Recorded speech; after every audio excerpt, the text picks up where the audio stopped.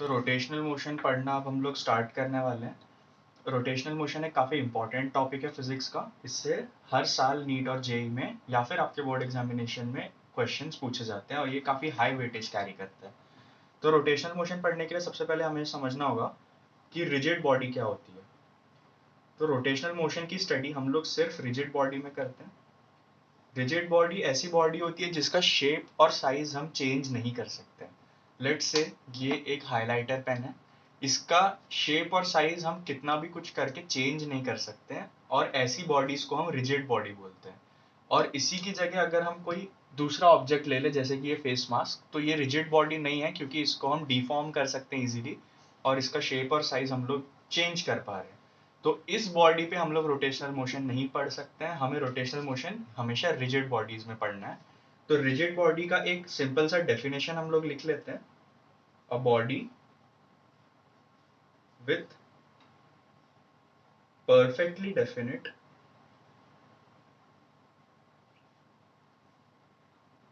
a body with perfectly definite and unchanging shape।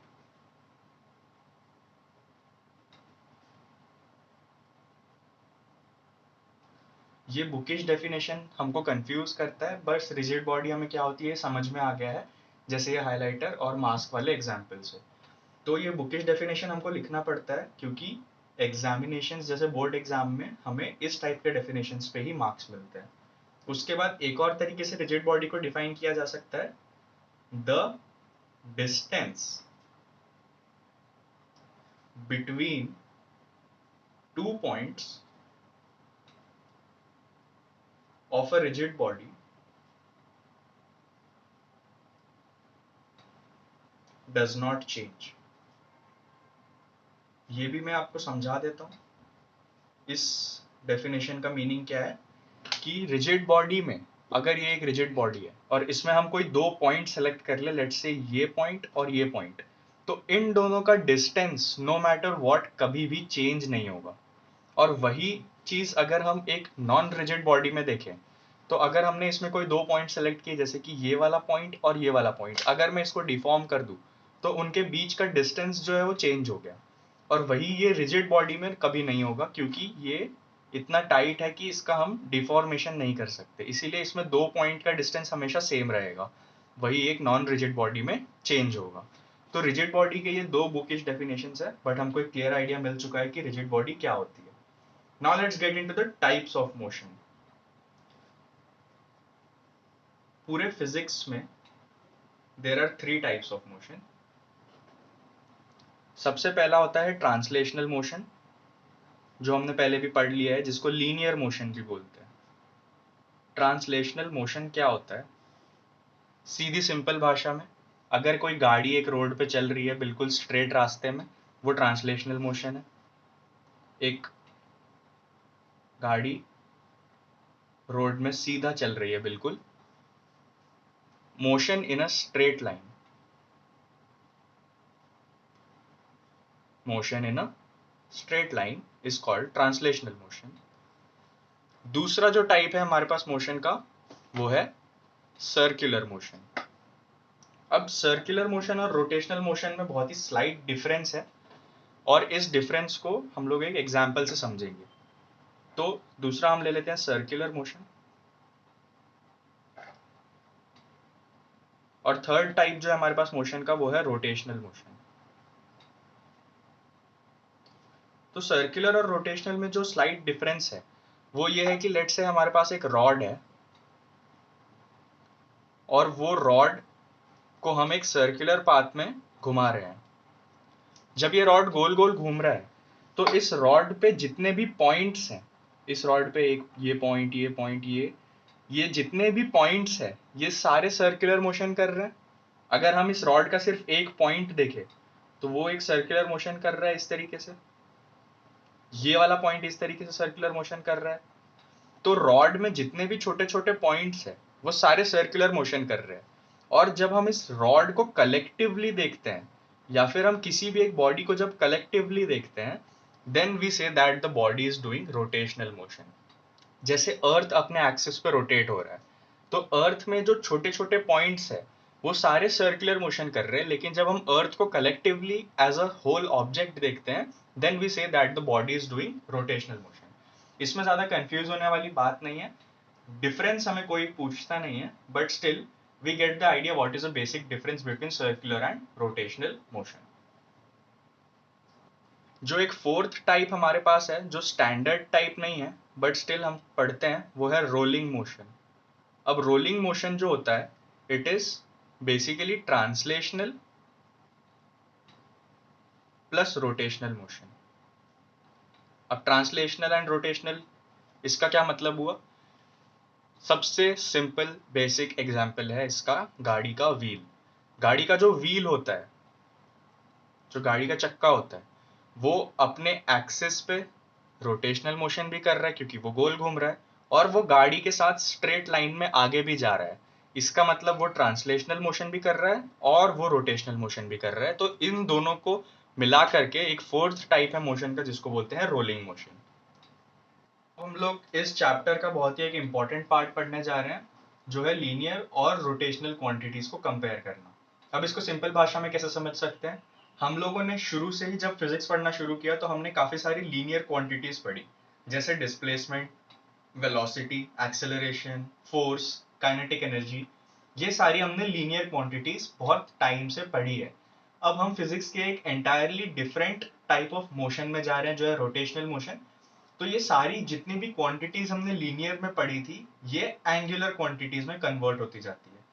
तो हम जब इनको कंपेयर करना सीख जाते हैं, तो हमको इजीली सारे फॉर्मूले खुद से जनरेट करना आने लगता है, और ये बहुत ही बड़ा अचीवमेंट है इस चैप्टर के लिए। तो स्टार्ट करते हैं। सबसे पहली जो लीनियर क्वांटिटी हमें पढ़नी है वो है डिस्प्लेसमेंट। डिस्प्लेसमेंट हम लोग लीनियर क्वांटिटी में बहुत टाइम से पढ़ते आ रहे हैं, इसका यूनिट होता है मीटर। और वही चीज जब डिस्प्लेसमेंट हम रोटेशनल क्वांटिटी में बात करते हैं, तो वो हो जाता है थीटा, और इसका यूनिट होता है रेडियन। अब इसको कैसे समझ सकते हैं? सबसे पहले तो इसको बोलते हैं एंगुलर डिस्प्लेसमेंट। इसको बोलते हैं एंगुलर डिस्प्लेसमेंट। अब इसको कैसे समझ सकते हैं? जैसे लीनियर डिस्प्लेसमेंट जो होता था, वो क्या होता है? लेट सपोज यहाँ पे एक मैन खड़ा है, वो यहाँ से मूव करके यहाँ तक आया, और उसने इस टाइम में 5 मीटर्स कवर किए, देन वी से उसका डिस्प्लेसमेंट है 5 मीटर्स। लेकिन जब हम रोटेशन पढ़ते हैं तो हर बॉडी गोल घूम रही है। तो लेट से ये एक सर्कुलर पाथ है इस बॉडी का, उसने यहां से रोटेशन स्टार्ट किया और वो फाइनली यहां पर आके रुका। तो इस बीच में इसने जो डिस्टेंस कवर किया उसको हम थीटा से कैलकुलेट करते हैं। The distance covered by a rotating body is measured by theta. तो आई होप आपको एक बेसिक अंडरस्टैंडिंग आ गई है एंगुलर डिस्प्लेसमेंट की। द सेकेंड क्वांटिटी लीनियर में हम पढ़ते थे वेलोसिटी, बहुत ही बेसिक, जिसका यूनिट होता था मीटर्स पर सेकेंड, उसको हम v से डिनोट करते थे। और वेलोसिटी का फॉर्मूला होता था डिस्प्लेसमेंट बाय टाइम। करेक्ट? ये लीनियर क्वांटिटी में होता था। जब हम एंगुलर वेलोसिटी की बात करते हैं, एंगुलर वेलोसिटी, तो इसको सबसे पहले तो हम डिनोट करते हैं ओमेगा से, और इसका यूनिट होता है रेडियन पर सेकेंड। क्योंकि सबसे पहले हमारे डिस्प्लेसमेंट का यूनिट मीटर से रेडियन हो चुका है, तो यहाँ पे भी जो यूनिट है वो मीटर से रेडियन हो जाएगा। अब इसका फॉर्मूला होता है omega is equals to angular displacement which is theta by time. तो ये हमारा लीनियर फॉर्मूला था डिस्प्लेसमेंट बाय टाइम, और ये हमारा एंगुलर फॉर्मूला है थीटा बाय टाइम। तो हमको दिखाई दे रहा है क्लियरली कि जो डिस्प्लेसमेंट है वो अपने एंगुलर वेरिएंट में कन्वर्ट हो गया। Now coming to the third quantity which is acceleration.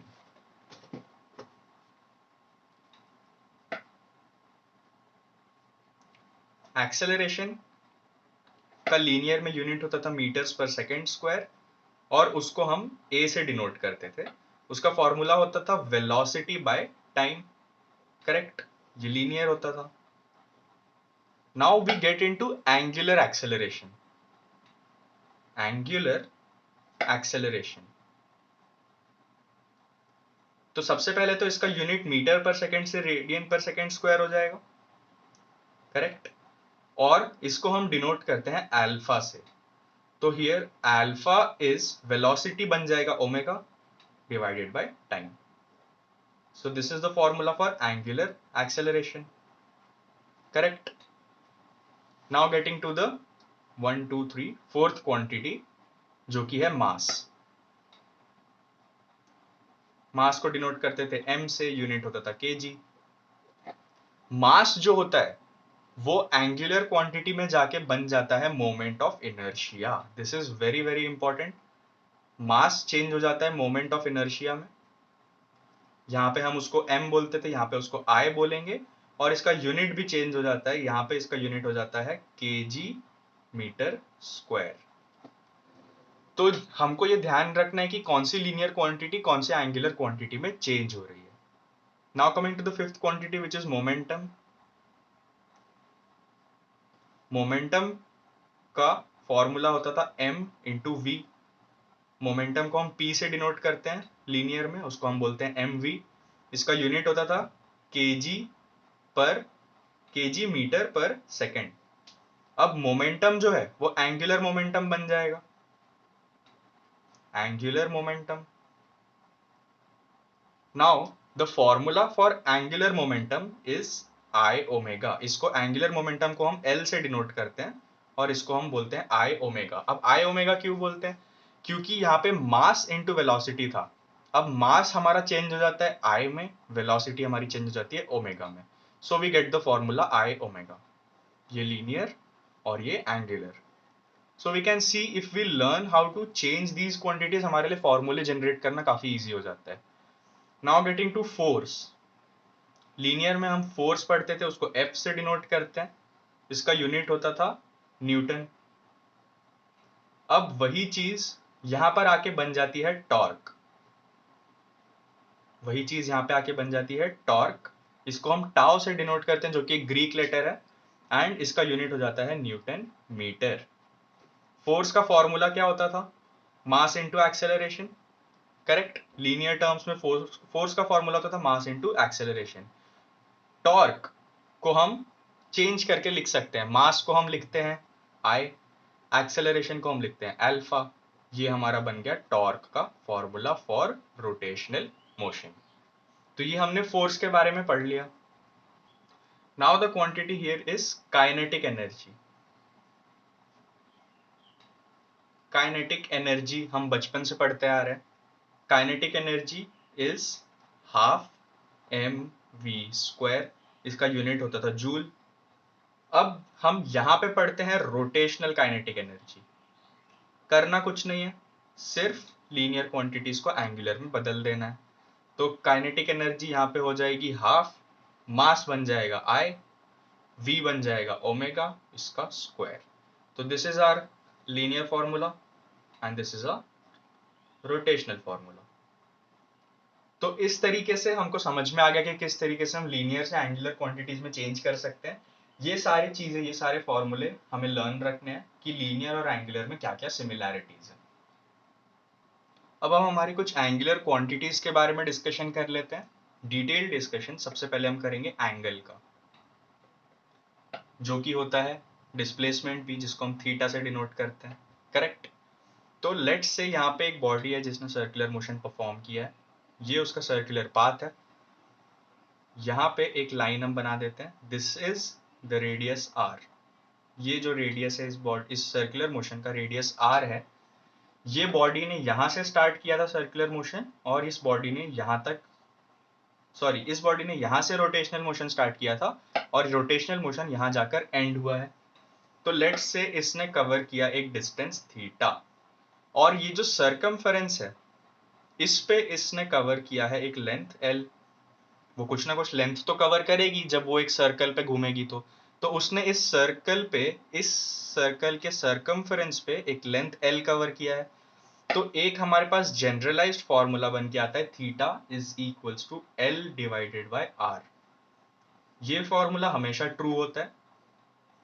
यानी ये जो थीटा है, this theta will always be equal to the radius of the rotational motion performed and the length which is covered on circumference. तो अगर हमें कोई भी दो चीजें दी गई है तो हम तीसरी फाइंड आउट कर सकते हैं.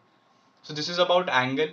अब जो सेकेंड चीज है हमारे पास वो है एंगुलर डिस्प्लेसमेंट. Angular displacement. अब एंगुलर डिस्प्लेसमेंट समझने के लिए हम पहले लीनियर डिस्प्लेसमेंट का एक ब्रीफ आइडिया लेते हैं। लेट्स से ये एक पाथ है, मैंने यहाँ से मेरा मोशन स्टार्ट किया, मैं पहले यहाँ तक गया, then I came back to this position. तो मेरा जो नेट डिस्प्लेसमेंट होगा वो ये पूरा डिस्प्लेसमेंट माइनस दिस डिस्प्लेसमेंट, क्योंकि मैं ये वापस आ गया, तो मेरा जो नेट डिस्प्लेसमेंट हुआ वो ये हुआ। This is my net displacement, यानी मैं यहां से लेके यहां तक डिस्प्लेस हुआ। करेक्ट। इसमें हम जब एंगुलर मोड में जाते हैं, जब हम रोटेशनल मोशन में डिस्प्लेसमेंट पढ़ते हैं, लेट्स सपोज एक बॉडी ने रोटेशनल मोशन करना स्टार्ट किया, उस बॉडी ने यहां तक डिस्टेंस कवर किया θ1, फिर उस बॉडी ने एक और डिस्टेंस कवर किया यहां तक जो कि है θ2। तो नेट डिस्प्लेसमेंट क्या होगा? नेट डिस्प्लेसमेंट यानी हम इसको ऐसे भी लिख सकते हैं कि delta theta will be equal to θ2 minus θ1। ये हमारा नेट डिस्प्लेसमेंट हो गया, क्योंकि उसने θ2 कवर किया फिर उसने θ1 माइनस किया, तो हमें पता चला कि उसने यहां से लेके यहां तक का नेट डिस्प्लेसमेंट किया है। इसको ज्यादा डीप में समझने की जरूरत नहीं है, just understand the fact that कि एंगुलर डिस्प्लेसमेंट होता क्या है, इसको हम थीटा से डिनोट करते हैं। Now coming to the third quantity which is angular velocity. Angular velocity similar है लीनियर वेलोसिटी के। एंगुलर वेलोसिटी का फॉर्मूला कैसे बनेगा? उसके लिए हम जानते हैं लीनियर वेलोसिटी का फॉर्मूला, वेलोसिटी का होता है डिस्प्लेसमेंट बाय टाइम। अब v बन जाएगा ओमेगा, क्योंकि एंगुलर वेलोसिटी ओमेगा होती है। d यानी डिस्प्लेसमेंट। जब हम लीनियर में डिस्प्लेसमेंट पढ़ते थे तो हम एंगुलर में क्या पढ़ते थे? डिस्प्लेसमेंट को हम थीटा बोलते हैं यहाँ, तो this will become theta divided by t, so we get the formula for angular displacement. अब यहाँ पे यूनिट होता था मीटर्स पर सेकेंड, यहाँ पे यूनिट होगा रेडियंस पर सेकेंड। ऑब्वियस सी बात है, क्योंकि हम यहाँ पे थीटा लेते हैं डिस्टेंस की जगह, तो हम यूनिट यूज करेंगे रेडियन पर second. Now coming to the fourth quantity जो है angular acceleration. Fourth and final angular quantity जो है एंगुलर एक्सेलरेशन, इसको हम डिनोट करते हैं अल्फा से। इसके लिए भी हम पहले समझते हैं लीनियर एक्सेलरेशन, जिसको हम a से डिनोट करते थे, वो होता था वेलोसिटी बाय टाइम। अब a बन जाएगा अल्फा, वेलोसिटी एंगुलर में जाके बन जाती है omega divided by time, so here we get the formula for angular acceleration. ये होता था मीटर्स पर सेकेंड स्क्वायर, ये हो जाएगा रेडियंस पर second square. So you get the basic idea about linear and angular quantities and their comparison. Next chapter में हम स्टार्ट करेंगे with the kinematics of rotational motion with uniform acceleration, जिसमें हम linear quantities में जो फॉर्मूले पढ़ते थे उनको एंगुलर फॉर्मूले में कन्वर्ट करेंगे और उस पर बेस्ड कुछ एग्जाम्पल्स करेंगे।